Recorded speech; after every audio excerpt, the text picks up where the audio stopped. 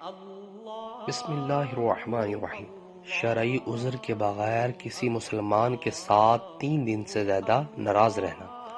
حضرت ابو ایوب رضی اللہ عنہ سے روایت ہے کہ رسول اللہ صلی اللہ علیہ وسلم نے فرمایا، کسی آدمی کے لیے جائز نہیں کہ اپنے مسلمان بھائی سے 3 راتوں سے زیادہ ناراض رہے، کہ دونوں راستے میں اگر مل پڑے تو یہ بے اعراض کر لے اور وہ بے اعراض کر لے، اور ان دونوں میں سے بہتر وہ ہے جو سلام میں پہل کرے۔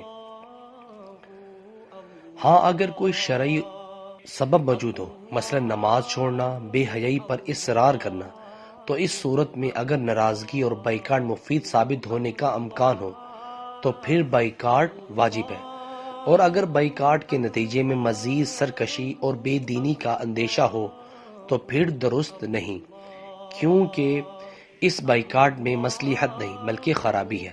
پھر یہی درست ہے کہ آدمی اچھے طریقے سے سمجھاتا رہے اور واضح و نصیحت کرتا رہے۔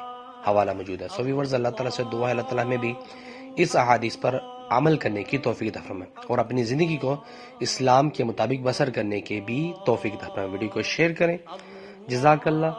السلام علیکم ورحمۃ اللہ وبرکاتہ۔